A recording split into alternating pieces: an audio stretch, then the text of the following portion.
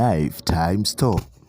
Okay, tumepokea malipo kutoka kwa mteja wetu ambaye ni raia wa Zambia na anaishi Tanzania. Ametembelea leo dukani kwetu Lifetime Store na kuchagua washing machine, bidhaa ambayo ameipenda kutoka kwetu Lifetime Store. Na sisi kama Lifetime Store hatuna shombovu. Tunafanya maandalizi ya kumpelekea mzigo wake mahali alipo. Okay, tunasema epuka matapeli mjini ukiwa Lifetime Store, ndio uhakika. Karibu dukani kwetu kuchagua bidhaa uipendayo kutoka kwetu Lifetime Store. Asante sana mteja wetu kwa kuchagua Lifetime Store. Okay.